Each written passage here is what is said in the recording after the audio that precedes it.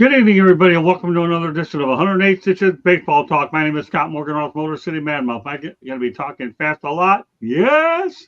And of course, according to my physical therapist, speech therapist, I have to open my mouth a little bit more to make sure I go out there and show different voice inflections. After all, that was one of the lessons I got today. Candy's laughing all the way. Just wonder how much of the stuff I'm going to digest anyways. But if he's watching on that, yes! My mouth going to be open? I don't know, but yeah, my mouth be open a lot of topics tonight. I want to welcome the crew back here. Tyrese earned another trip back to the big show. Welcome back, Mr. Tyrese. Thank you so much for having me. You're welcome. Hey, Tyrese, I'll ask you a quick question. You going to be available Thursday night? I can make myself available. Yeah, you know what I'm going to do, Candy? We're going to put them on the country club on Thursday night, give that group a little bit of a flavor they've never had, because after all, we got baseball going on, and the World Series goes ahead and this week. We're going to send Tyrese to the country club with this group. All right, so Candy will be in touch with you, but meanwhile, we'll take care of the business in hand. And Candy's wondering, oh my God, what does he put me through again? Oh, there you go. Body language, suck it all, Candy. Look at my jack of all trades. What do I get volunteered to do? Yes, all right, and welcome back, George Icon. Long time no see. Last week was Monday Night Football. Tonight, all right. Monday Night Baseball. And Monday Night Baseball is back, yes. Yeah, it sure is in more ways than one. And Eric Katz is back as well. Good to be back, Scott. And we have old Rob here at the end of the party line. All right, well, we have a lot to get to tonight, so let's start without further delay. And why not? After all, can Max Scherzer pad his legacy? Well, let's talk about old Mad Max, because he's getting the start here in Game 3 of the World Series. The first pitcher that pitched for 4 teams in the World Series. He started with the Tigers in 2012, the Nationals in 2019, the Rangers in 2023, and the Blue Jays.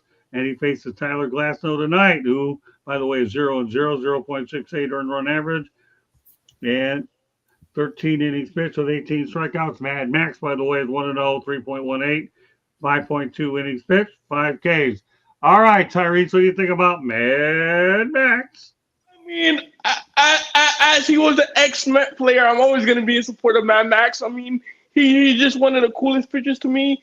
I appreciate his slider a lot.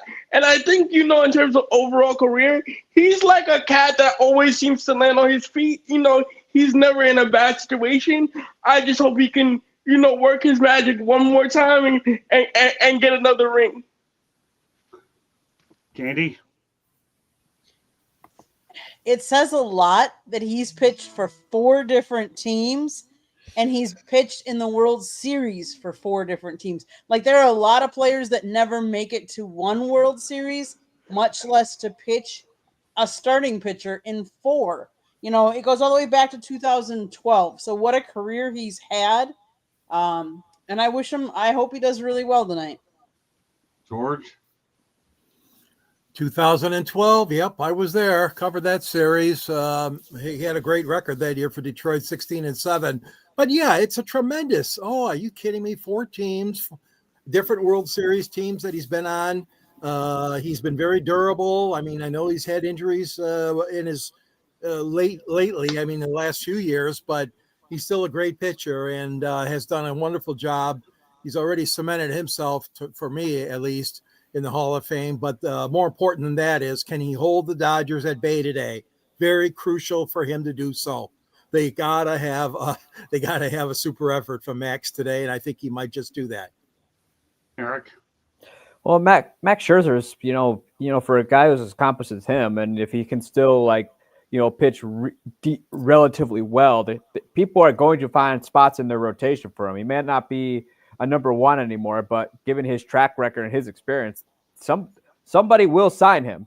I mean, he's won a World Series with the Nationals. He won it with the Rangers, which people forget about, and he's got an opportunity now to do it with the Blue Jays. So he's had a very accomplished career. And is he going to be in the Hall of Fame? No doubt. I know he'll be there, and and the fact that he has that experience of playing in the postseason and playing championship level baseball, it's just one thing Toronto has in their back pocket that they can benefit from.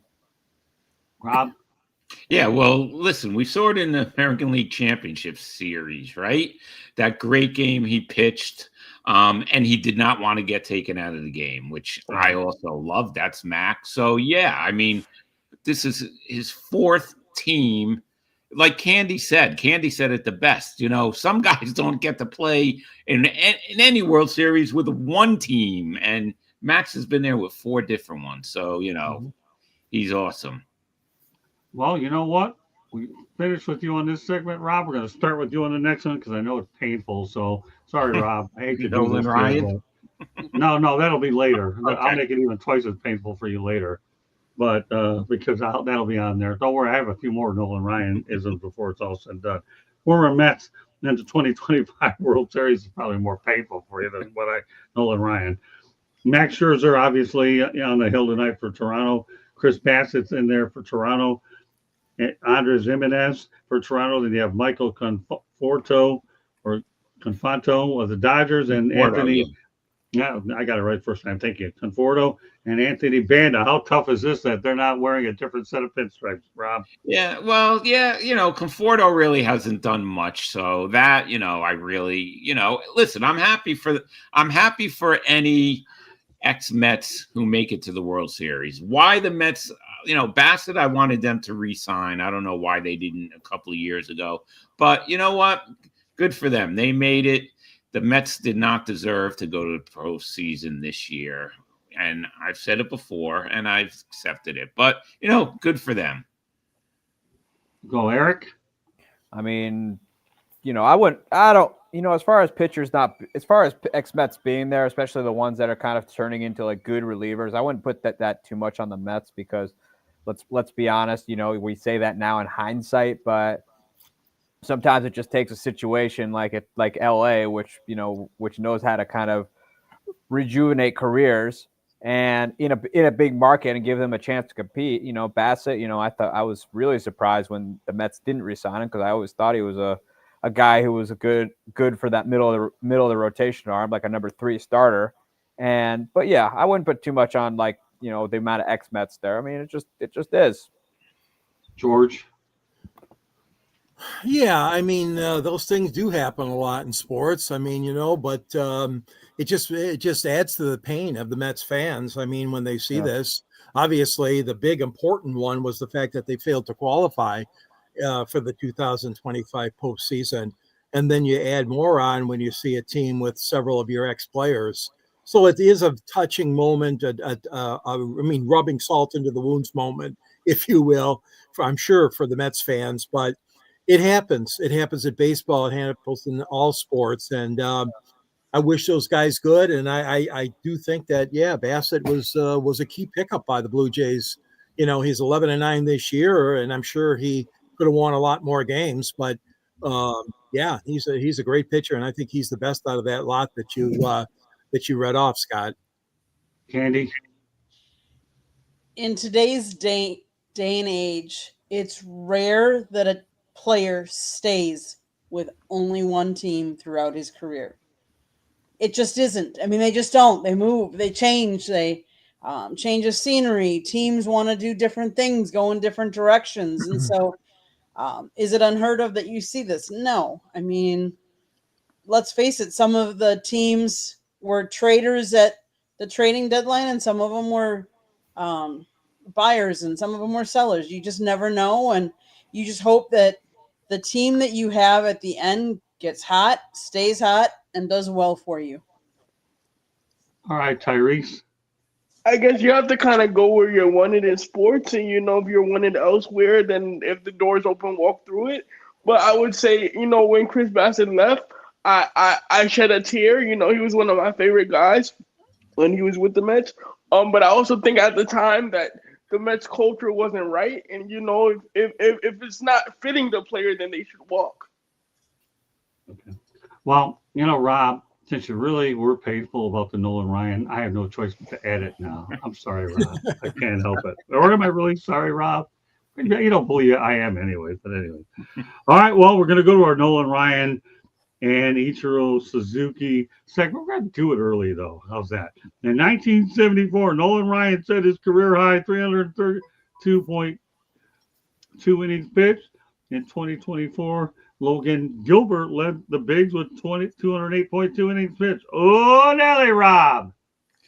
Yep, never going to see that again, right? Those are just amazing numbers. Different times, as we said before on past shows, things like that. You're just not going to see it anymore. They do not pitch that many innings anymore, so that's just the way it is. But Nolan Ryan, it doesn't even matter. Even if pitchers pitched like they did back in the day, you probably wouldn't see that happen again. He's just amazing. Worth bringing out there. What about you, Eric? I mean, pitchers were like a lot of those power pitchers were known for like eating the amount of innings they would eat. But nowadays, it's just you're lucky if they even get 200 innings, and even then that's a bit of a stretch because now teams are just turning it over to the are like more eager to turn it over to the bullpen. Not sure why though, because once you pitch them over and over again, they either tire out or they get figured out. But yeah, it just shows you, just how great Nolan Ryan was. George? Yeah, talk about innings pitched. Oh, man, yeah.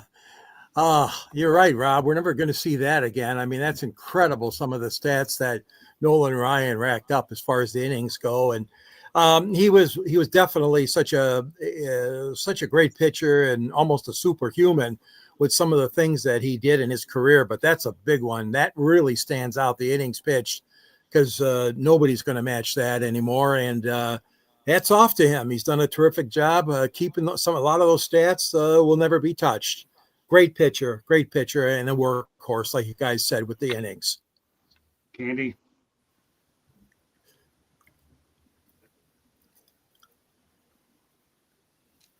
I don't know. Candy, mute doesn't work for me.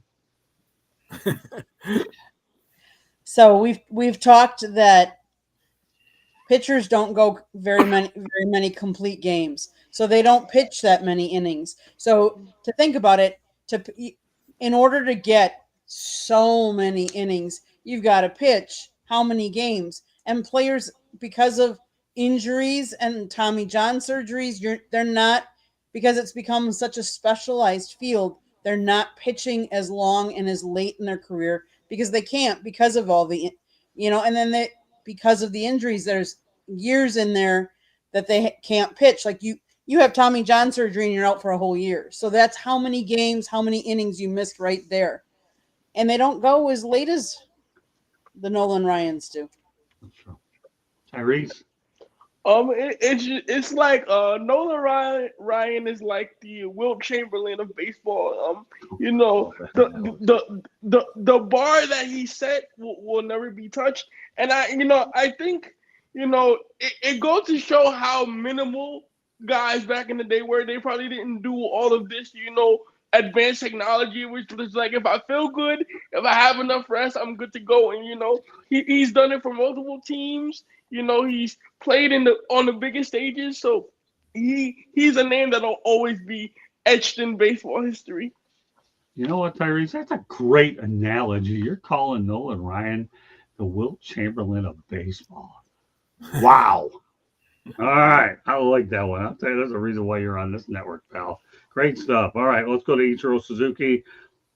He had 10 plus stolen bases in each of his first 16 seasons, which made him one of 11 players in MLB history to do that. Okay, Rob, this don't have to feel too bad. This is Ichiro this time. This is Nolan Ryan. Yeah. Hey, listen, like I've said on the other, past shows, he's doing all of this after having basically a career in Japan, right? And he was still fast. That guy is just another one. He's another freak of nature, Ichiro, right? And that one rider that I mention every week, give me a break. That's becoming your signature comment. I love it, Rob. Great stuff, man. Great stuff. All right, Eric. I mean, Ichiro was always a prime base stealer. So, the fact he was putting up the numbers that he's put up is not surprising. George? Yeah, we really, us baseball folks here, have to really appreciate this young man, even though he was a little up in age when he joined the major leagues. And yeah, he had great speed. He had great base running skills, super knowledge of the game. He was good at knowing when and where to pull off a steal, a theft, if you will. And I think that just adds to his exciting career. I mean, it was just one facet of many that he brought with him to America and the major leagues. And the running game was certainly superb in all the ability he had there on the base pads. Candy. A student of the game, so much so that he got to know the pitcher's moves, so he could steal a whole bunch of bases. And then again, he was also fast and quick, and I would almost say light-footed. Like he just kind of, quickly glided along the base path, and he would hit it wherever he needed to get a hit. So kudos to him. Tyrese, got any big bombastic analogies for this one? You're on a roll. Oh, I'm starting to hold you to a standard here because you keep coming up with these. Go ahead, man. You're doing great. not for Ichiro, but if I think of one, I'll definitely say it. But I would say on that that goes back to when you're in a baseball culture that does well to cultivate all around players. This is the result you get no matter what age the person comes in Major League Baseball. I feel like you can put a player like Ichiro in even today's MLB, and he'll probably do twice as much as he did in his career. So I just think it speaks of the longevity and the ability to be so fundamentally sound and to pick up things that other players don't recognize. Okay, so what we're going to do is we're going to go back a little bit. Let's talk about assessing the Final Four that we had in terms of the Championship Series as well as the World Series. And that's this, okay? Seattle is still the only team to never reach a World Series. Unfortunately for you Milwaukee people, Milwaukee Brewers lost in the 1982 World Series, their own appearance. So Blue Jays' last World Series, they won it in 1993. The Dodgers won it in 2024. Kudos to the Mariners manager, though, Dan Wilson, who actually defeated the Tigers 3-2 in the ALDS in that 15-minute marathon. Great nucleus there. And, of course, Jorge Polanco was 6 or 7 hits, driven in runs. So let's go ahead to you, Tyrese. What are your thoughts about the Final Four that we saw, since we had a lot of teams that hadn't been there in a while, and that almost demonstrates a lot of parity, doesn't it? Definitely, but I think this year's Final Four definitely showed the biggest thing to me, and I'm young, so I haven't had the longest time watching the game of baseball, but from what I've seen it with my own eyes, just like the ability to trust your instincts, for the Brewers and the Mariners to both be here, it takes a complete buy-in. It takes trusting in not only just analytics or not only relying on computers, making sure everybody, whether it be minor leagues, single A, double A, to all be on the same page. Maybe if another coach sees things. So I just think that this Final Four shows me what well-run teams look like, and I was just very surprised and pleased to see this caliber of baseball being played. Candy? As painful as it was to see my Brewers not advance, they were still one of 4 teams that made it as far as they did, and nobody projected them to do that in the beginning of the year. It takes a lot of different things to get to this point in the season. It takes sometimes it takes payroll, sometimes it takes talent, sometimes it takes a great manager to manage the talent that they have, and not always look at just analytics. Sometimes it takes camaraderie amongst the team to really, that's the one thing I would say that the Brewers had, is that they weren't being selfish. They were doing it for each other and for the team and for the fans. It's it's not an easy game to play, and obviously at the end there's only one team left that's at the end. But kudos to Seattle and Milwaukee for getting as far as they did, and the Cubs and the Tigers too, for that matter, as far as they did. So, George. Oh, you slipped one in on me there. Thank you, Candy. The Tigers, Seattle won that fair and square. As we know, it was a marathon. And I was kind of, in my own way, I was rooting for them because obviously they have never been to the World Series. And it goes without saying that they have really built that into a very, very good franchise over many, many years now. Nothing against Toronto. They've been waiting for their turn again. They're a very good team, good representation for the American League. As far as the other two goes, of course, I feel bad. Candy's Brewers, they had a fantastic year. Things were going really good, and then they ran into that Dodger buzzsaw.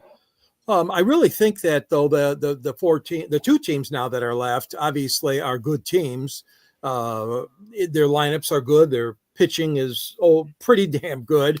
I mean, there could be improvement there, but and the other two teams that didn't make it as well. I mean, to me, it was very exciting and obviously, disappointing for the folks here in my state. But it was a really, really great postseason and has been, I think, so far.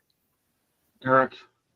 I mean, can't really speak for the Mariners because this year it was like the first time in a little while that they had made the postseason. But the Brewers in recent years have established themselves as one of the most consistent teams in baseball. 7 of the past 8 years they've been in the postseason. Really, if the Brewers don't trade Josh Hader in 2022, we might be talking 8 postseason appearances in a row. But it's been great for them. People once aspired to be the Tampa Bay Rays. Now teams are aspiring to be the Milwaukee Brewers, where they bring in people who accept their roles.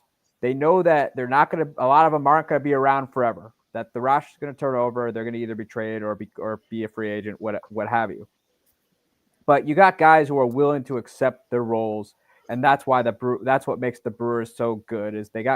Is people accepting the roles, and they play a solid team baseball, and they aren't just doing what it is now, which is home run or bust, which is a lot of what other teams subscribe to. But they're just playing old time baseball, which is like move them over, get them in. Sometimes they can beat you in many different ways. Yes, they weren't really amongst the top teams in home runs, but they can reach into the well a little bit and give you some power, especially at American Family Field, where even though it's considered a pitcher-friendly ballpark, the ball still travels really well, especially for left-handed hitters. Rob.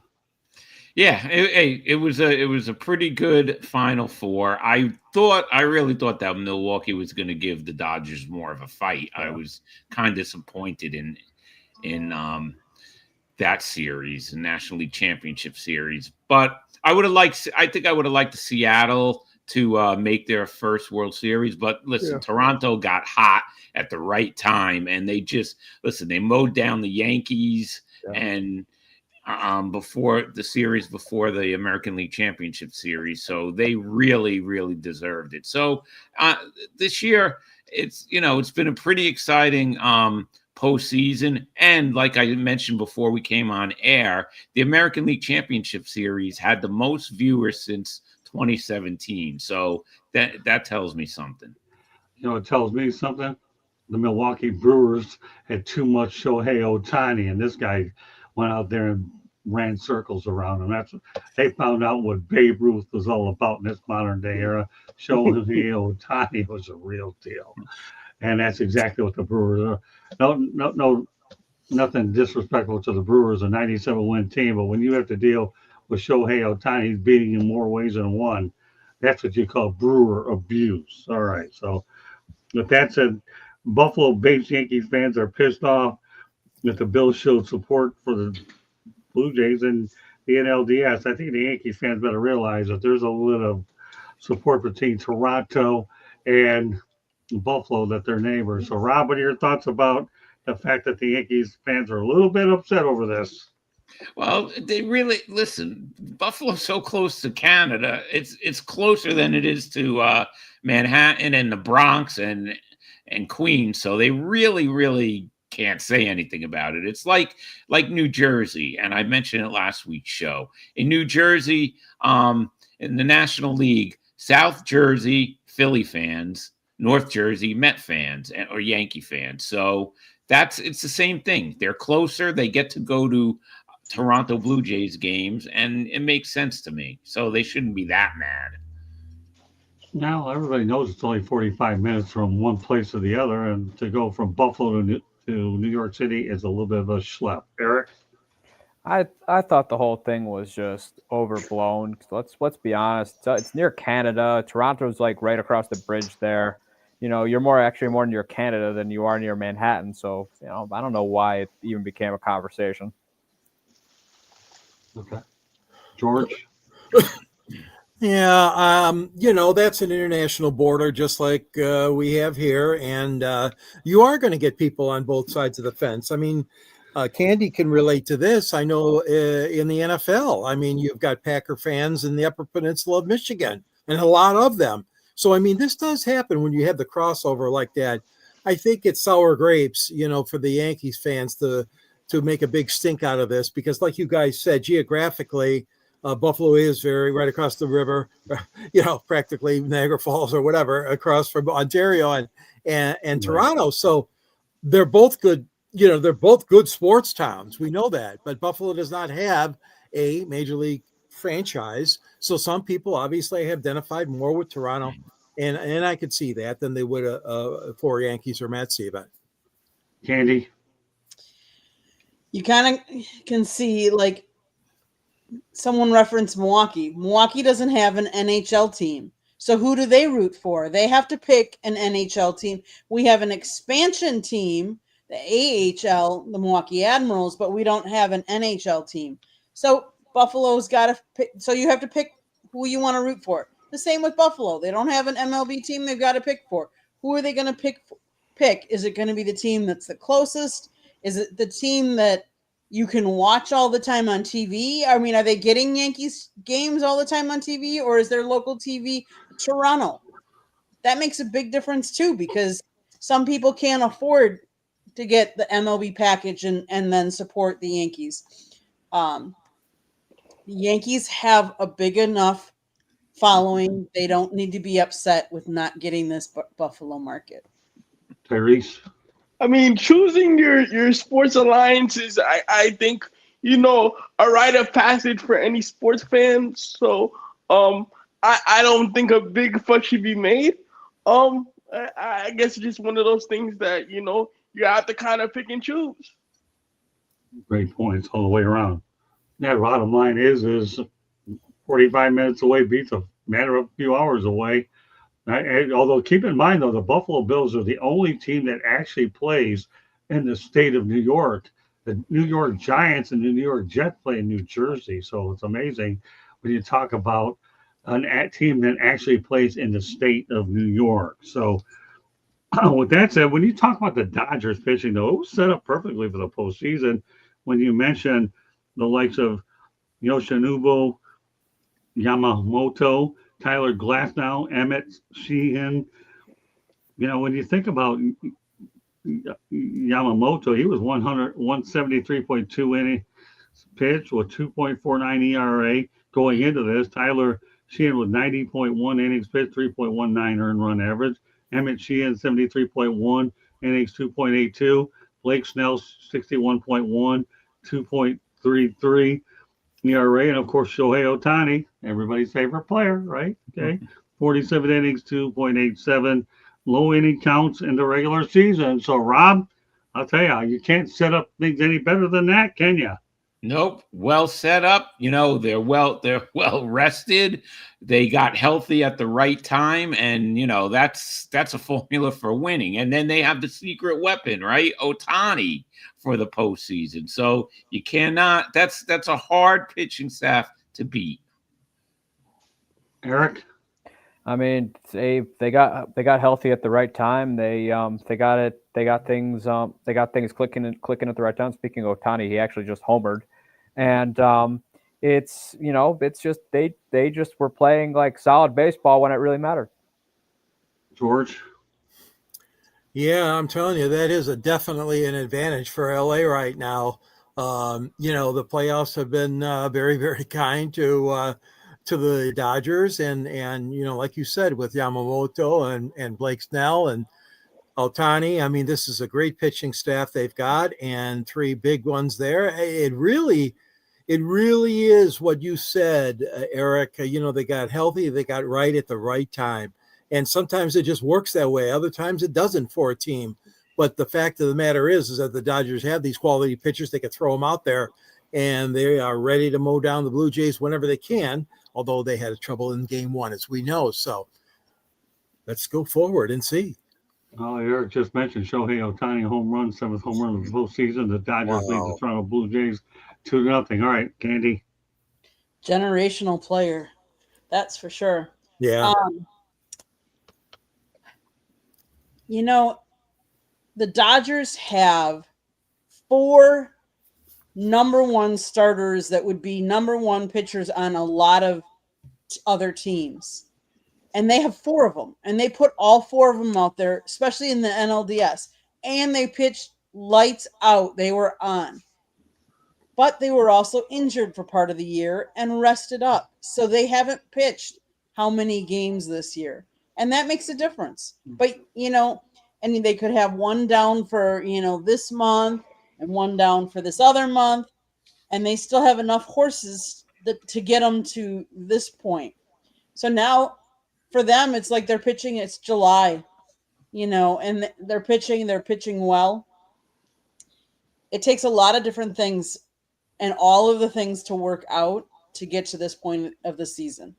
It takes pitching, it takes hitting. You got to be hot. We've said that how many times? It's not what you do in the regular season. It's how hot are you in the postseason. Because if you're in one of your batting slumps that you can be in a 162 game, you can't be that when you get to the World Series and the playoffs. So Shohei, man, 7 home runs so far. That's ridiculous. He is definitely one of the greatest players in baseball. Tyrese. This caliber of pitching showed me two things. It showed me how much of a mad scientist Dave Roberts really is, and it showed me, the amount of influence that Otani really does have in baseball. Because to get quality guys already in the league to agree to be a Dodger, to get a caliber of teammate like Blake Snell, but then to speak to your buddies back home and say, hey, if you come here, this is what we can build. I think, but I think LA really needs to build a statue in Shohei's honor, because he really helped them put together a juggernaut. Another great point. I wouldn't doubt it if they do. There's plenty of more statues available in the Chavez. There's plenty of room on Chavez Ravine. Well, speaking of the Dodgers, obviously they're being the National League West champions. It's the 12th time they've done it in 13 years. So let's continue that, Tyrese. 12 times in 13 years. That's incredible, isn't it? It definitely shows when you have a consistent culture where you can take any players and build around, and go through the motions of an MLB season and deal with injuries. It really just shows how open and how together the front office is in LA. And I think once players only want to play in cultures where they see that management is all for the betterment of the team. So once players can see that, then they'll be ready to run through a wall for anyone on that coaching bench. And I think now we're seeing the biggest return, but that consistency is just out of this world. Candy. It's kind of like a sports dynasty. We had the Boston Celtics back in in the 60s, we had the Bulls in the 90s, the Patriots and their Super Bowl wins, with Belichick and Brady. We had the 49ers winning 5 Super Bowls. We had the Bruins, they won 10 championships and then we've had the Yankees with 15 World Series. I mean, like, that's what that's becoming. The Dodgers are becoming one of the sports dynasties. They have a great nucleus of team and players and money to buy other players into that system. George? Yeah, I mean, you go back to the years of Walter O'Malley and the great teams they had back then, and then there was a little bit of a lull. But in the last, like you said, several years, Scott, I mean, this has been an incredible run for the Dodgers. We all know that the pockets are deep in LA's front office to get the best players that they feel are necessary. Doesn't always work. You got to have a manager. You got to have a guy that's going to bring everybody together and make sure everybody's on the same page, because there's a lot of egos and there's a lot of various personalities, as we know, on the Dodgers and all teams for that matter. So you got to have a good quality field manager. You got to have good management, and LA, it speaks for itself. They've combined to give these outstanding teams a chance every single season to win it all. Eric? I think here's the thing with the Dodgers is they got Andrew Friedman, who kind of laid the foundation for what the Rays did for a while there, consistently making the postseasons and every so often the World Series. You're getting him coming from there, and he's smart enough. He's got money to play with, but he's smart enough to know when to use it. Like, he's not just going to spend it. He's not just going to free spend. He's going to spend it when he thinks something's there. So, for example, the year before they went to Ohtani, they let Corey Seager go, and they let a bunch of other people go, which the Dodgers were still winning. But the thing was, he knew when to spend the money. So you got to have that in place too. Good point. Great points, Eric. Rob? Yeah, that's what I was going to say. They're spending the money smart, and that's a key. We've seen other teams. I'm not going to mention what teams they're spending the money, but sometimes it's not so smart. But the Dodgers so far, recently, they've been spending the money smart, and it's been working for them. And you got to give them credit. They're always in the postseason now. It's you could count on taxes and the Dodgers being in the World Series right now. Well, we'll talk about one legend. Obviously, Clayton Kershaw wasn't on the wild card roster. He was on the NLDS roster. Obviously, he's a storyline in the World Series. And let's not forget the fact that Kershaw joined the 3,000 strikeout club early. So, Rob, I mean, Clayton Kershaw has a chance to go out on top, and he's all over the postseason. I don't think he'll get a start, but the reality of the situation is we're going to see him at some point. What are your thoughts about Clayton Kershaw, the storyline? That's all of him. The fact that he has another chance to win a ring. Yeah, he's on the roster for the World Series. They're gonna put him in at some point. We know that he deserves it, and I have a feeling that he's gonna go out a winner. So a great career, and he's gonna put the exclamation point on it. Great point, Rob. Okay, Eric.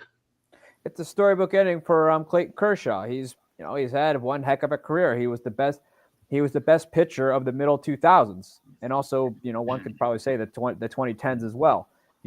He's had a heck of a career. I think he 100% will be a Hall of Famer given what he's accomplished in his career, and the fact that he's got an opportunity to be in the to go out as a champ. Why not? You gotta love it for him. George. Yeah, Kershaw. I mean, I admire him. He's had a great career. He's done a fantastic job. Battled through some tough injuries, as all the players and especially pitchers do.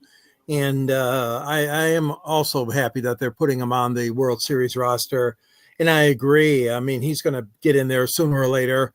And that's just going to be an unbelievable situation. If it's at home, of course, it'll be unbelievable. But if he doesn't get back in if they go back to Toronto, that would be a bit of a downer probably for him. But he does have quite a career, and obviously is completing just a fantastic journey as a member of the Dodgers. It's a great story. You're right.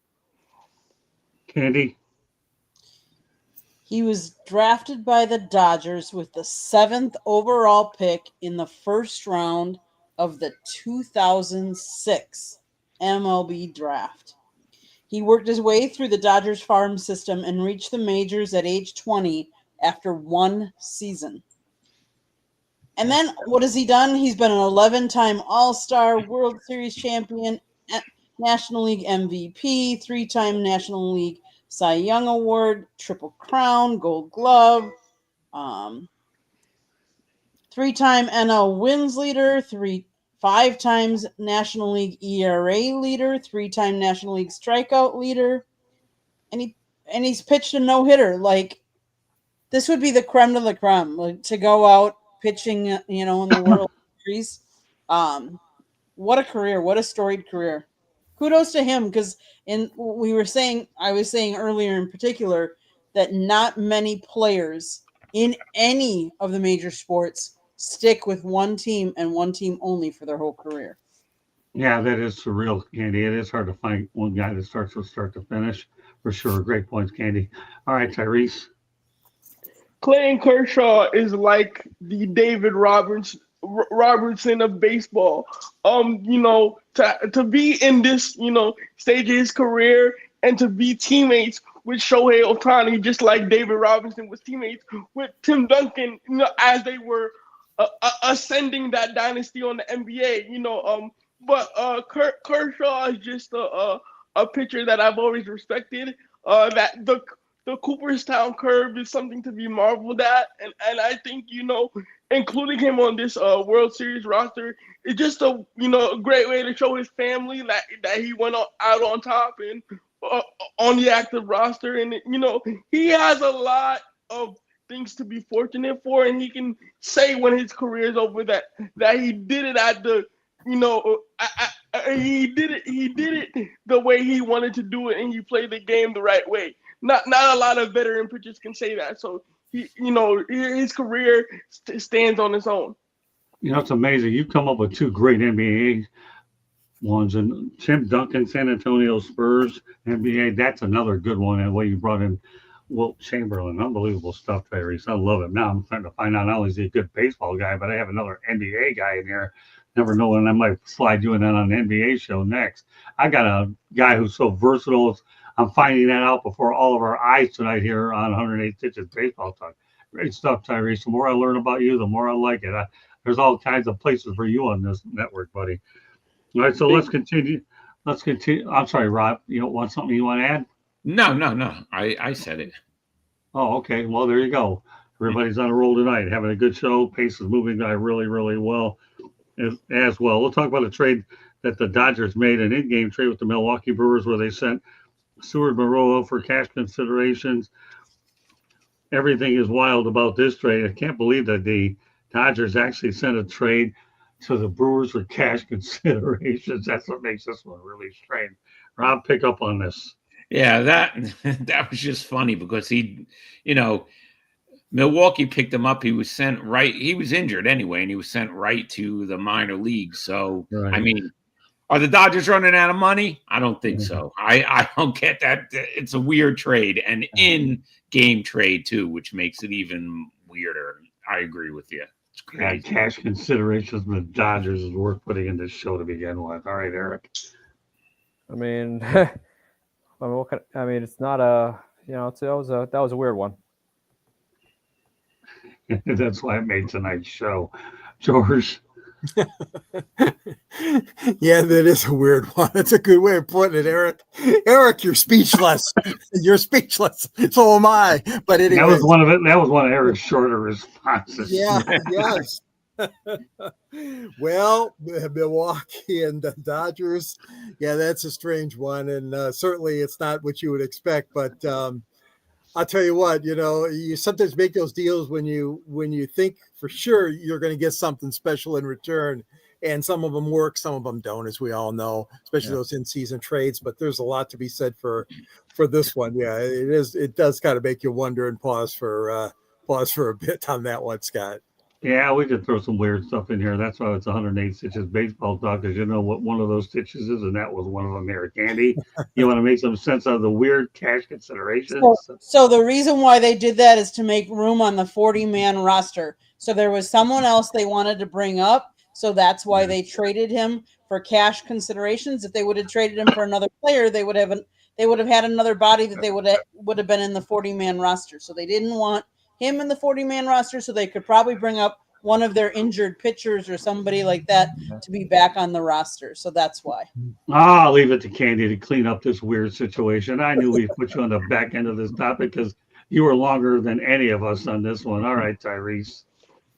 That's very funny. It reminds me of when the Philadelphia 76ers in 2006 traded Kyle Korver to the Atlanta Hawks for a fax machine. So, there's definitely been some weird trades in sports, but I don't think anything beats being traded for a fax machine. A fax machine. Does anybody have them anymore? Fax machine? I don't even know. No. I don't know either, but it's interesting. Okay, well, one more thing we're going to get to before we go to a station break. We're on a roll here. Great stuff by the crew. Proud of every one of them here on this panel today. What a difference a year makes. So the Toronto Blue Jays a year ago were sitting at 20-24 at 74 up, 88 down. This year the Blue Jays 94 and 68, first in the AL East. And their first AL title since 2015, much to the dismay of Mr. Is it Anthony Savino, right? Okay. Yeah. Sorry, Anthony, if you're watching out there. Really? Seriously? Really? You didn't think the Jays are any good? It's okay, Anthony. I still love you, but you blew it, brother. All right. With that said, Rob, try to defend your crony here about saying the Blue Jays were going to not be in the tournament as long as the Yankees. Save Savino, please, would you? I don't know. I think he was just talking. I think he was just thinking about that Seattle food we were talking about on that show. I don't know why he made that prediction, but as far as the Blue Jays are concerned, you know what? It's about time, because for the past couple of seasons, you know, everybody thought that the Blue Jays were going to go further than they did, and it just wasn't happening. So finally this year, you know, they were all the way into the World Series. So I'll give them credit, you know, but we thought this was going to happen a little earlier than it did. I just like sticking to Savino on something like that. And I'll tell you one thing about Savino, though. The guy took it pretty well, though. He really, truly did. So I got to give him credit. He went out there and did what he had to do. By the way, it looks like the Blue Jays hit a 3-run homer. And the fourth, Eric, going to give us some details on it, or somebody will, and we'll continue. But Savino took it well. Got to give the guy credit. He owned it when I had him back on the show. So more power to him. All right, go ahead. And Eric, let's talk about the Jays difference the year makes. I mean, you know, I didn't have them going to the postseason, to be honest with you. I thought, you know, for the AL East, I thought it was going to be between the Yankees and the Baltimore Orioles. But what a difference a year makes. But yeah, it kind of comes. I mean, they always had, you know, I think this year that they got a lot out of a lot of guys, and I think, you know, the jump Az and Barger made this year is why they're in the position they're in. Okay, George. Yeah, I mean, the roster is a pretty damn good one. I agree. I mean, I didn't have them winning that division. I had the Yankees, but you know, the Toronto, the whole thing about, you know, them is you know, they've been close over some years and then they've kind of fall apart. But that is a huge improvement from last year. And basically, I mean, it came down to everybody having, like you said, Eric. I mean, some of them had career years. You know, and Vladimir had a great year, and, you know, and on and on and on. So, I mean, this team is very talented, and we'll see, though, can they sustain it? Even if they don't win this year, can they sustain it? Can they be up for the challenge next couple of years? I think they could be, but it's a tough division they're in, no question about it. As we all know, the AL East is loaded, so it's going to be interesting. But hey, sit back, enjoy the ride, as people say, because you deserve it, Blue Jay fans and Blue Jay team. Andy? Yeah, who would have guessed that Toronto would have be there? But this is why. I mean, they played good for how long? They had a good season. I think some of us were a little shocked, but there's nothing wrong with that. People were shocked that the Brewers made it as far as they did in Seattle. Like, I think a lot of people thought, the big payrolls would have been there, the Yankees and the Mets, and it wasn't. So, at this point, Toronto's more of the little engine that could than the Dodgers. So let's see what they can do. And yes, just so you know, Scott, it was Alejandro Kirk homered to center field. Bo Bichette scored, and Vlad Guerrero scored. So it was a 3-run home run. There you go. Thanks, Kenny. I knew I was going to come up with it. I knew it was going to be you. Great stuff. Tyrese? I just think, I just think the fact that Toronto's owner believed in the manager enough to, give him, the reins and, allow him to steer the ship in the right direction. Even though the manager is young, he seems to have good ears to listen to and a good team behind him. And then when you have a young guy like Trey Savage and, everything coming together at, the right time, I just think it was a great, successful season. Well, bottom line is, Candy and I went to the Skydome / Rogers Center a year ago, and the best move they ever made was when they moved Don Mattingly to bench coach, is what they ended up doing.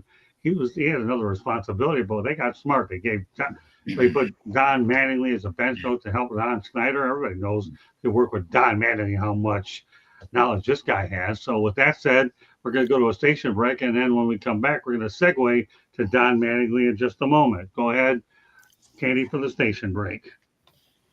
South Florida Tribune Publishing Company published a book, Lessons from the Microphone, Tuning into the Enduring Wisdom of Visionary Leaders. It is written by our host, Scott, the Motor City Madmouth Morganroth. And then the foreword was also written by a panelist here, Mr. George Eichhorn. These two did an excellent job on this book. Go get your copy today. It's available on Amazon, Barnes & Noble, Kindle, Google, and Apple Books. There's a lot of content in it, so go get it. There's also a link on our website, www.southfloridatribune.com, where there is a plethora of great content. So go check it out, www.southfloridatribune.com. If you like to listen to podcasts, you can find us wherever you get your podcast. If you see the red subscribe button in that lower right-hand corner, that means you have not yet subscribed to our channel. What are you waiting for? Do it now. Click it like a sheriff. And then turn your notifications on so you're notified every time we go live.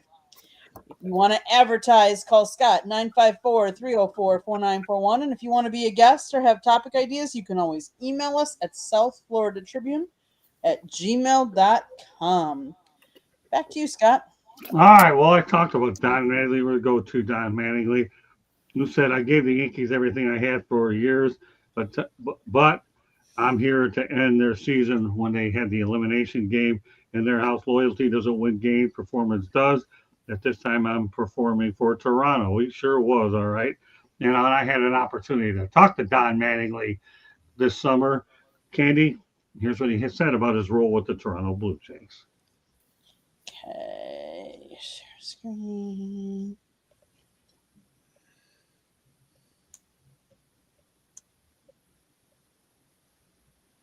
All right, we'll go out there and talk about things in Toronto real quick. You have a pretty good ball club. We do. We kind of started off the year kind of floating around 500 and then seemed to catch fire. We swept the Yankees in Toronto, and from there we've kind of taken off. How far do you think this ball club can go? Well, we believe we can go all the way. We have a good combination of pitching. Our bullpen's been pretty good. We're scoring runs. We play pretty good defense, and that's a pretty good recipe for having a chance to beat just about anybody. Let's talk about your days in New York. My goodness. Looking back at what he had to say there, Mr. Rob. Oh, Who do we have in listen, the World Series? Savino. Who do we have in the World Series? I hope this guy's watching this.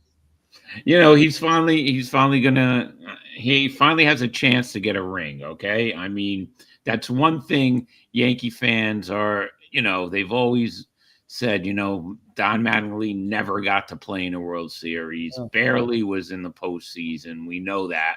So it's good that at least he has a chance to get a World Series ring. But I mean, I'm a Mets fan and I don't care, but he looks funny in a Toronto Blue Jays uniform.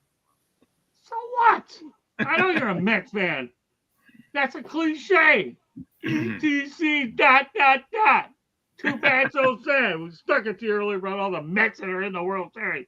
Just giving you a hard time, pal. Okay. All right, Eric. I mean, I'm happy for Donnie. Nobody more deserving to be there than Don Mattingly. I mean, I've seen him already in a number of different uniforms. So besides the Yankees, so I've seen him with the Dodgers. I've seen him with the Marlins, and I've seen him now with Toronto. So really, it's just it should be nothing because Yankee fans should probably already have adjusted to it because he's already managed to connect in a couple different places, and he's also now coaching with the Blue Jays. But got to be happy for Donnie. Obviously, with the Yankees, it just didn't work out. By the time he got there, the wild card was very new. Back then, it was you had to win your league you won your league to get in. So you could easily win 98, 99 games at the time and go home for the winner. That's just how it went. That was just the era Donnie played in. And I think part of the reason he didn't with the Yankees was, there were some prospects that George Steinbrenner traded away. And, I think, if you look back on it, had George not traded those prospects away sooner, who knows? Maybe Donnie gets to the postseason a lot earlier than 1995. George. Yeah, I'm very happy for him. I've commented on a couple of different shows that Scott's talked about this on the network, and I really mean it. This guy does deserve it. And Scott, you've got a special relationship and a cordial relationship beyond a doubt that this guy knowingly deserves this honor, if you will. The fact that he did leave his longtime team and obviously that was years ago.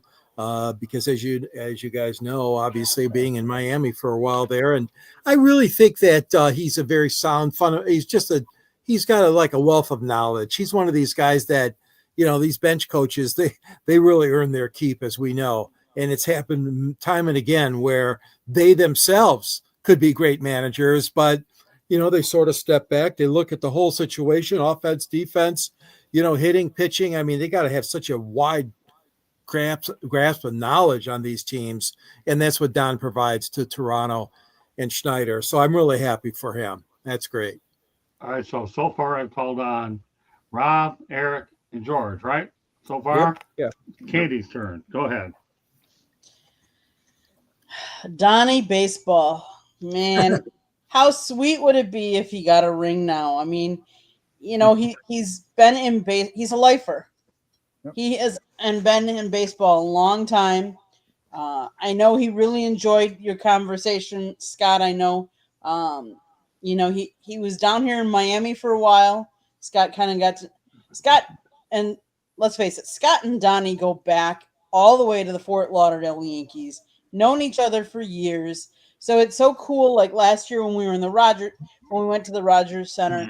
And we got to see Don, and Don came up and gave Scott a hug.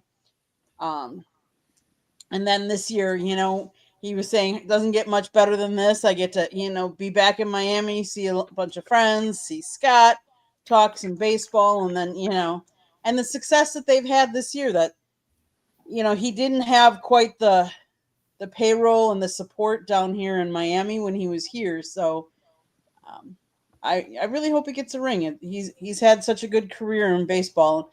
Like I said, there's how many people that never make it to the World Series. Yeah. It's only taken him how many years. So kudos to him for sticking with it and being a lifer. Well, in the eyes of Tommy Lasorda once told me, because God delays does not mean that God denies. So I'm glad Donnie, my good buddy's in there, and you just need 3 more wins for this guy to make the decision that maybe perhaps Clayton Kershaw is, and that's go out on top. Okay, Tyrese. what Tex Winter was for the Los Angeles Lakers, Don Mattingly is for the Blue Jays, and to have a person at your disposal with a wealth of knowledge, to get you this far, I just think it's I like everyone else said he's deserving of a ring. I mean, everybody wants to do it, and everybody wants to win a ring in Yankee pinstripes, but I think possibly being able to beat Otani and the juggernaut Dodgers to get this kind of ring would just be the icing on the cake for a guy like Don. Great stuff. So I also want the Blue Jays all-time lineup, and this is an exercise of what's missing, okay, or who's missing. We're going to start off with you, Tyrese. The outfielders are Jose Bautista, George Bell, Vernon Wells. Third baseman, Josh Donaldson. Shortstop, Tony Fernandez. Roberto Alomar is your second baseman. Your first baseman is Carlos Delgado. Your relief pitcher is Tom Hankey. Your catcher is Russell Wilson. And your DH is Joe Carter. And your manager is Cito Gaston. All right. Tyrese, who's missing? That's a pretty strong team. I don't know. I can't really put my finger on it. Okay. I don't know with that one. Don't worry about it. Candy? I'm not so sure I know. Who's missing? That is a tough one. Who did you say for first base? For first base, Carlos Delgado. And he said Roberto Alomar, Tony Fernandez, Jose Bautista. Who was your catcher? Russell Martin. Could be Ernie Witt. What about your starting pitcher, Roy I only want one or two. Don't give me a list. Roy Halladay. Okay, that's good. I'll take that. George? Where's John Olerud on that list? I was going to say. And also my other one, Scott, would be, don't forget, I know he was only there a couple years, but Roger Clemens is a former Blue Jay. I'm going to throw his name out. All right, no more than two. Otherwise, I got a size 11. I know where to send it through. You can't do it through a computer. But I'll take Roger Clemens. Go ahead, Eric.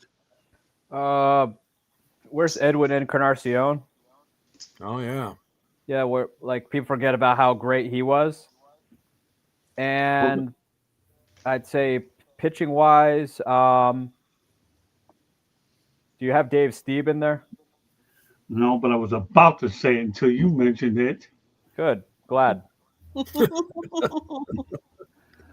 And also, before I turn it over to Rob, though, I'll tell you why I was going to mention that. I was over at a game over at Cleveland Municipal Stadium, and he came within a bad bounce on a rock to getting a perfect game.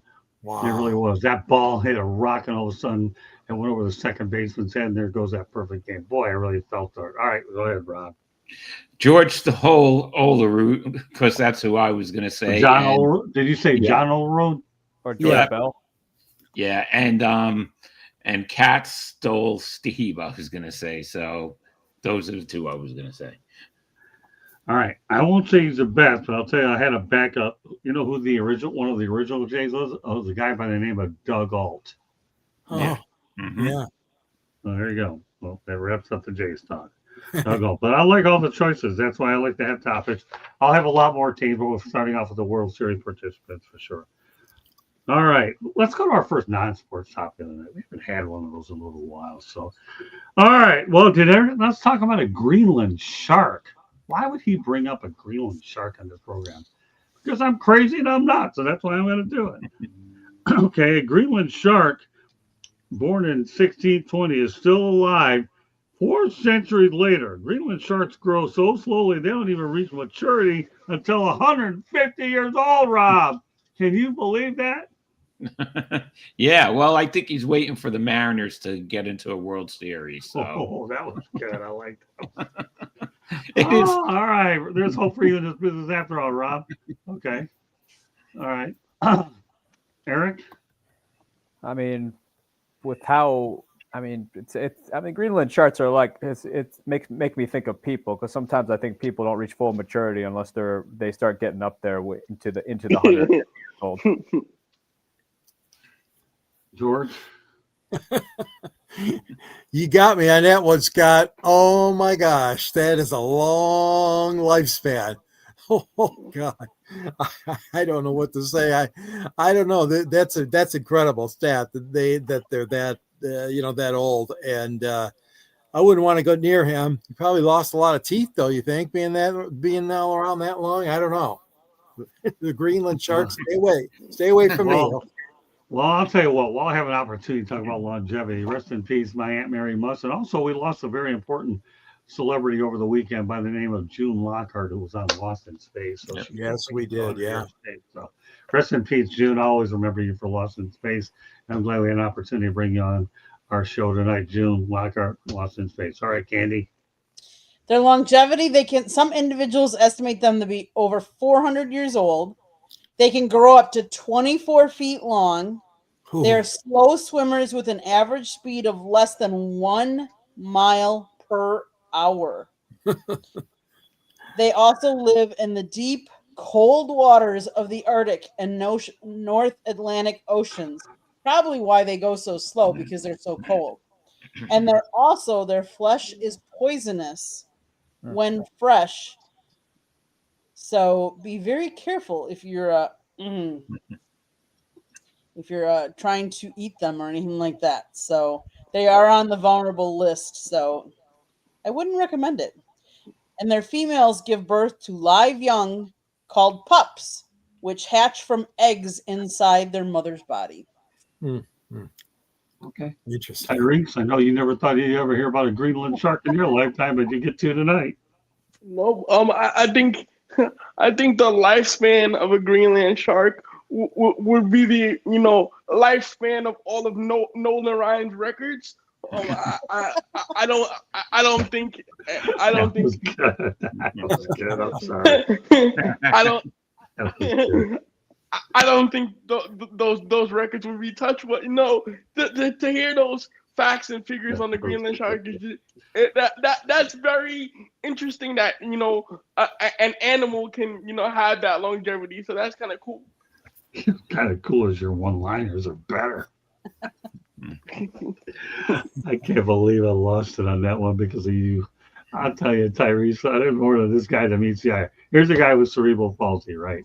You wouldn't know it because of what Rob, I'm telling you, we've discovered something last week with this kid, didn't we?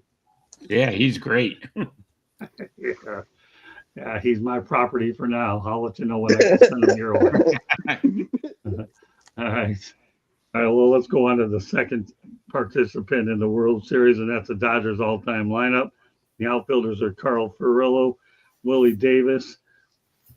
We got Duke Snyder, who's your, let me go over the positions. Okay, let's start again.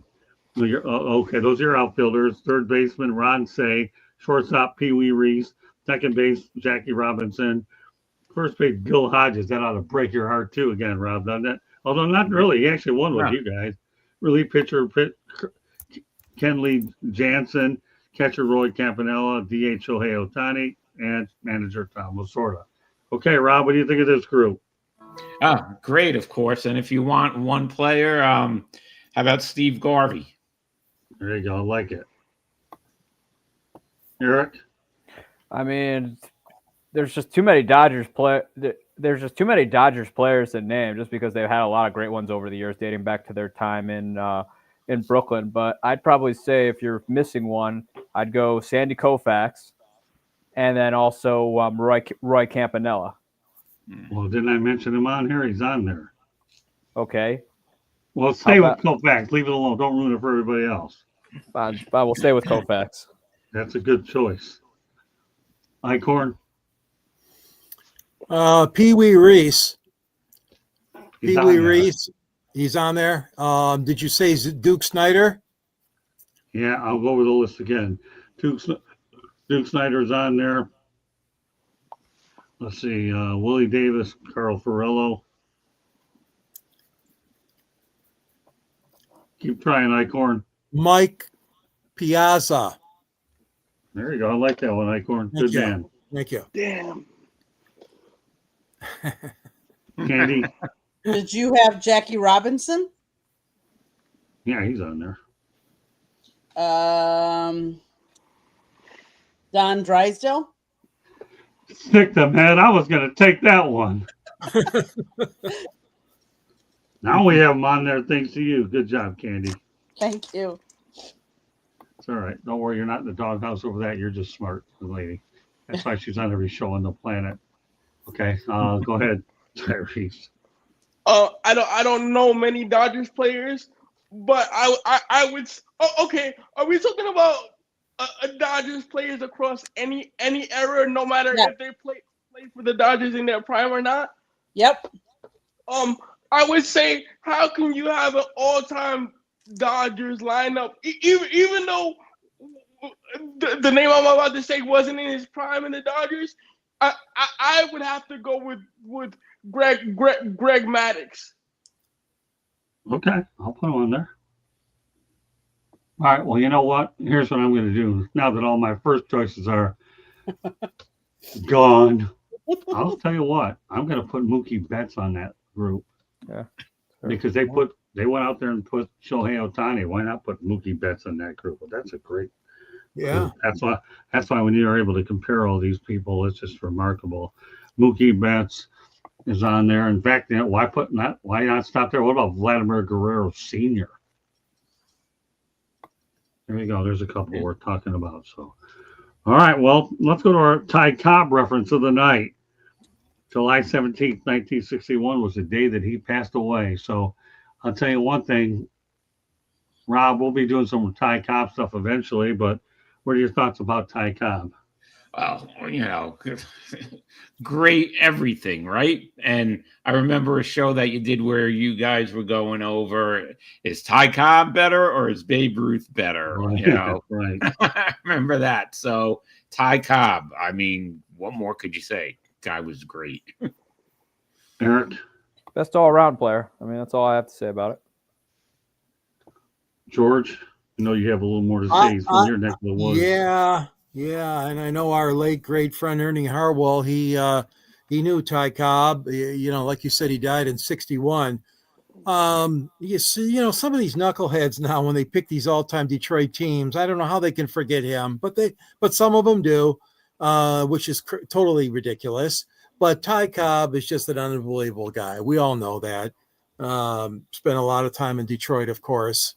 He actually died back in Georgia, I think, where he was born. But yeah, he had a great career. Tough as nails, and we're proud of him for wearing the Old English D. Candy? Cobb is credited with setting 90 MLB records throughout his career. He has won more batting titles than any other player, with 11 or 12, depending on who was awarded the 1910 title.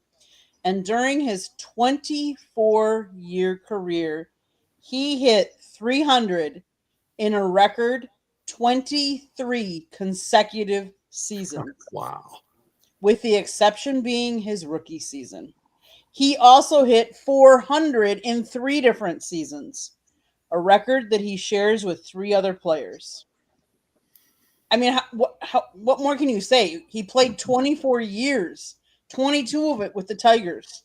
That's just an amazing career. Yeah, it sure is.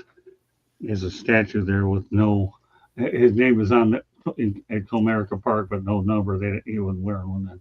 All right, Tyrese, what you got up your bag of tricks for this one? You hit me with everything else. I think it's safe to say that Ty Cobb is the Bill Russell of baseball. Oh, I was waiting for this. I swear. I knew this guy would come down. I'm definitely bringing him on Wednesday night. This guy knows some basketball stuff. I'm telling you, you're working your way on every show on here. I swear, really? Seriously? This guy's unbelievable. And guess what, Rob? Found him on LinkedIn. When are you going to get on there? I guess we're gonna have to go. Yeah, you're too busy with all this stupid thing called TikTok. Forget that. The real stuff. I mean, I realize TikTok is good, but LinkedIn is where it's at, brother. You're missing out on something. I'm telling you, TikTok, okay, it's good for all that short stuff, which I don't know a darn thing about anyways, but LinkedIn's where it's at, man. I'm telling you. All Got to right. check it out. Yeah, you have to do more than check it out, brother. I'm just telling you, this it is what it is. So one last stat that I Go really ahead, think Katie. that I Hit think me is with a really few more. I interesting. don't care. It's one last stat. He holds the career record for stealing home. He stole home 54 times. Wow. That's a record that never Damn. broken. Well, don't worry. I'm sure I'll get around to other stats with him later, but that's okay. And he can throw them out there. I had no plan to put any of other than what you were going to mention in the first place. Nope, So that's the last one. I just thought that was really. I mean, that's just a that's very okay. different stat that no one's going to hit touch. Great stuff. I'm telling you. And now we got Bill Russell made his way into the show because of my cerebral palsy natural. Oh my God, unbelievable, this guy. All right, let's keep this rolling. I'll tell you, it's amazing to learn. Of course, Tommy Lasorda, everybody knows, has a special place in my heart because he's the first major interview I ever had, for sure. So as we continue to keep this bag going here, let's talk about a guy who stole a lot of bases, and his name was Ricky Henderson. A man that won a World Series is Ricky Henderson, who made his big league debut on June 24th, 1979. Rob, some thoughts about Ricky. Well, everybody loves Ricky, right? Ricky being Right. Ricky.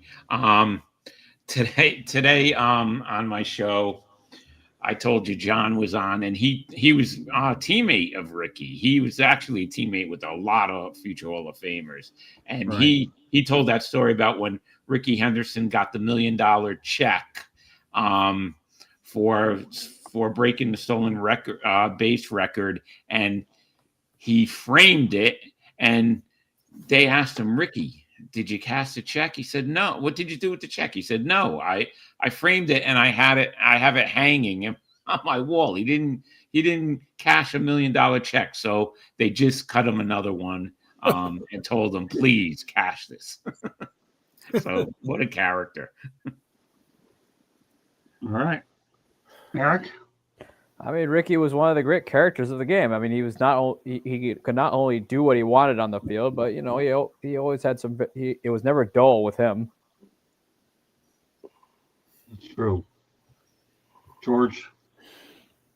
Yeah, I mean, he's a great player, no question about it. 3,000 hit man, batted almost 280 for his career.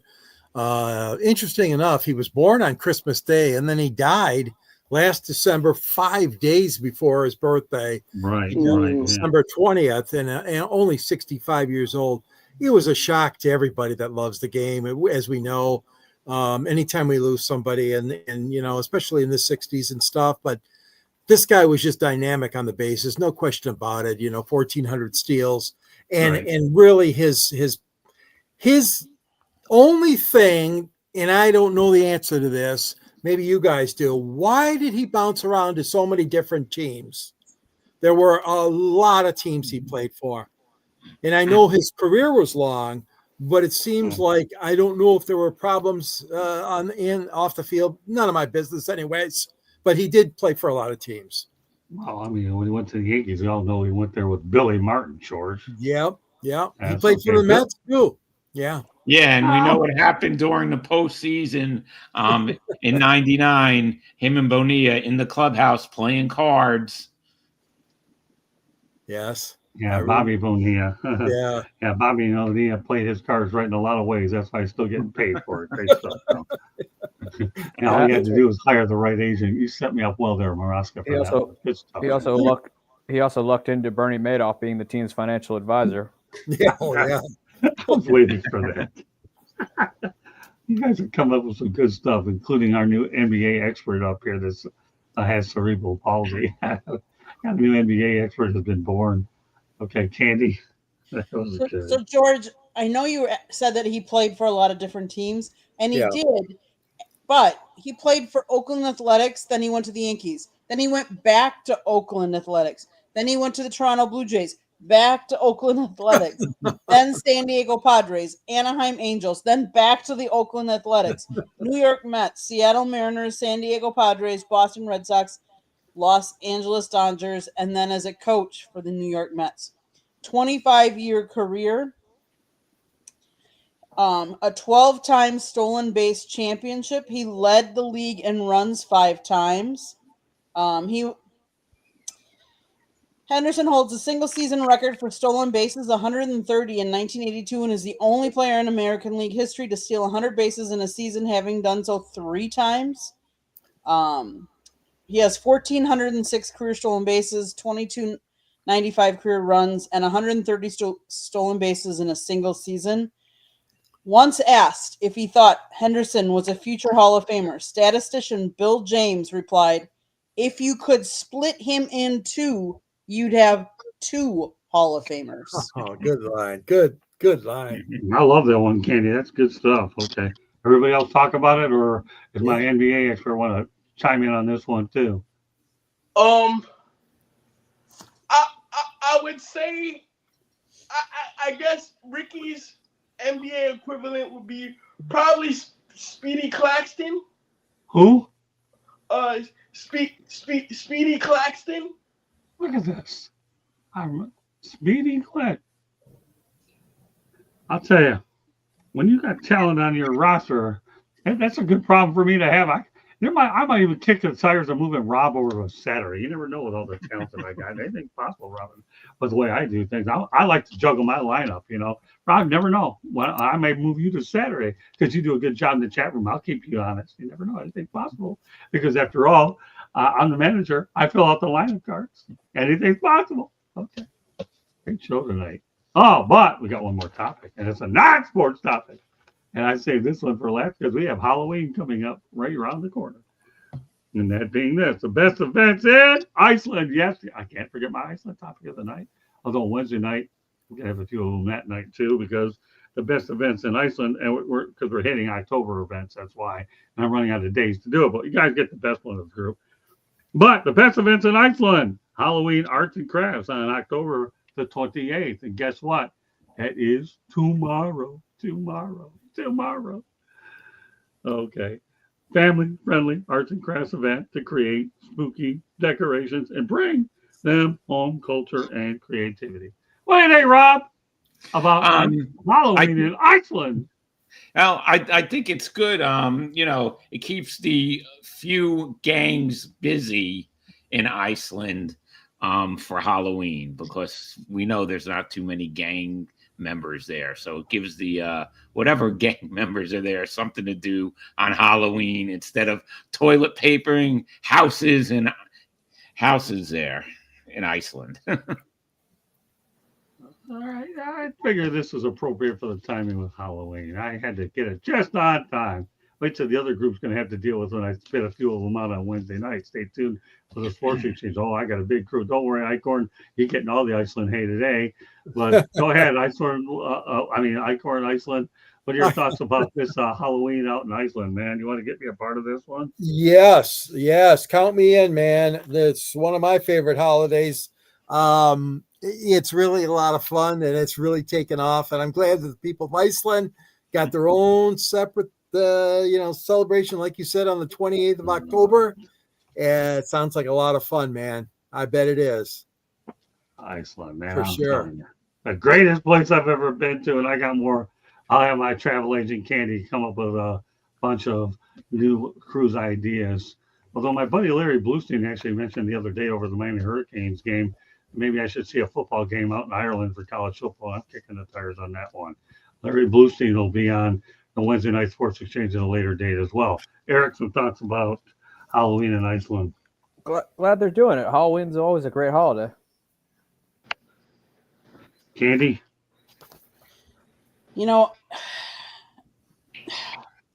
They've started to adapt more and more of the Western traditions. But Days of Darkness Festival in East Iceland, or various arts and crafts events, kind of started it. It's around what they call their winter nights, which is the time of the year where the winter is going to be starting soon. So, as beautiful as Iceland was, I wouldn't mind just visiting it for a short visit, like near the winter here type months, but I wouldn't want to stay long because I can't imagine the long darkness that they have. But it is a beautiful country. Really very beautiful. Well, Alaska has long darkness. I just went there during the summer one time when they had I've the been there long. either. Yeah, that's no worry. I mean, when I decide to retire and I have all these people behind me allowing me to do it, that I have capable fill-in, you'll get to Alaska. But right now, I'm too busy on overseas stuff. All right, what are your thoughts, Mr. NBA, about Halloween in Iceland? It's definitely interesting how different cultures interpret and have their own versions of holidays that other countries celebrate. It reminds me of uh Canadians celebrating Thanksgiving differently than Americans. So it's definitely cool, I guess. There you go. What a show we've had tonight. It's been a lot of fun. We're actually making some pretty good time as well. With that said, that does it for this edition of 108 Stitches Baseball Talk, but we are not done yet. Mr. Tyrese is going to let everybody know how to get a hold of him, and because they're going to find him Thursday night in the Country Club on Fire Up. So get ready for 2 this week, Tyrese. So you're going to love this group. Candy does a whale of a job hosting that show. So let everybody know how they get a hold of you, Tyrese. Yes. Before I get to that really quickly, I finally found Ichiro's NBA comparison. He reminds me of Pistol Pete Maravich. Pete Maravich. Yeah. How to find me? You can find me on LinkedIn. Just type in my name. Facebook. Just type in my name. Instagram. My Instagram is _the think tank. Again, it's _the think tank. Blue on the Blue Sky social app. It's Tyrese Aline00 at Blue Sky Social. Get that, Rob? LinkedIn. Yep. Gotcha. Okay. Just making sure you digested that situation. LinkedIn.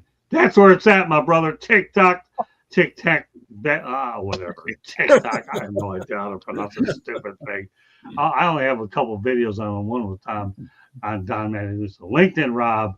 You'll be quizzed the next time I get you in front of me about what LinkedIn is. But that's where I found our new NBA expert. I love busting Rob's chops. At least he didn't get it as bad as Chris when he had to go on Wednesday night, and Chris couldn't handle it.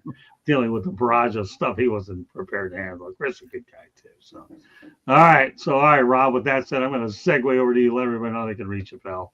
Yep. NYMLB Talk, Friday night at 10 p.m. Right now, I don't have a guest. So it'll be me and Chris unless we change that. And next Monday at 3 p.m., we will have former Mets and Cubs pitcher and ex-Cubs GM Ed Lynch back to talk baseball. So you could get me at NYMLB Talk on YouTube, X, TikTok, wherever. TikTok, but not LinkedIn. Can't help it. I got a new NBA guy, and I'm learning what TikTok is. All right, Eric, go ahead before I lose it. Rob, if I didn't have compassion for you, I would be giving you a hard time tonight. You know that, right? You can follow me on you can follow me on my Twitter at Sports Team News, or check out my blog at bellyofsports.com where I'm writing about all things baseball. If you think I don't like your team, I probably don't. Okay, George. You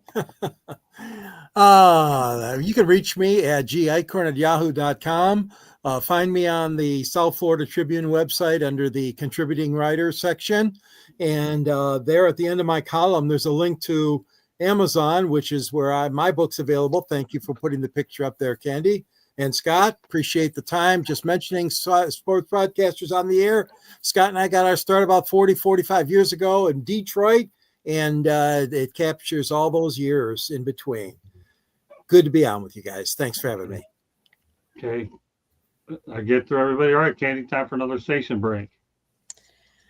South Florida Tribune Publishing Company published a book, Lessons from the Microphone, Tuning into the Enduring Wisdom of Visionary Leaders. It is written by our host, Scott, the Motor City Madmouth Morganroth. And the foreword was written by George Eichhorn, another panelist tonight. They did an amazing job. You have to go check it out. It's available on Amazon, Barnes & Noble, Kindle, Google, and Apple Books. There's also a link on our website, www.southfloridatribune.com, where there is a plethora of great content, so go check it out. if you want to advertise, call Scott 954-304-4941. If you want to be a guest or have topic ideas, you can always email us at southfloridatribune@gmail.com. If you like to listen to the audio version, you can find us wherever you get your podcasts. But most importantly, if you see that red subscribe button in that lower right-hand corner, that means you have not yet subscribed to us. Shame on you. Just click it now. Like us and share us with all your friends and family. And then turn on your notifications so you're notified when we go live. Mondays is baseball night. Tuesday night, football night. Wednesday and Thursday nights. Well, Wednesday night, you never know what Scott's got up his bag of tricks on Sports Exchange. So you got to tune in to find out. And then Thursday nights on the Country Club, you never know what I've got up our bag of tricks, my bag of tricks, and relaxing in the Country Club. So you'll have to tune in to find out there as well.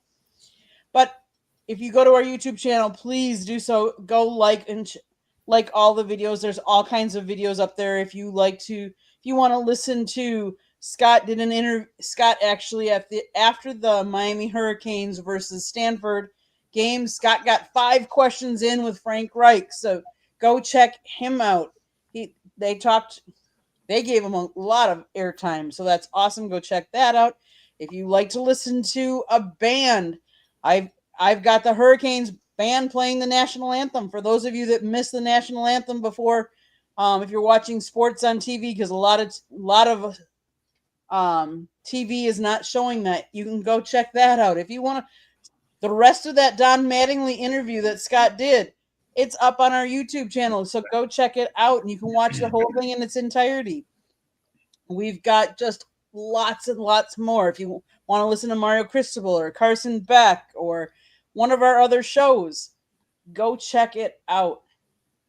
And if you're into the Fall League, not just the Fall Classics here in the World Series, but the Fall League out in Arizona, we actually have one of the coaches that we did an interview with. He was on the Marlins staff. So go check that out as well.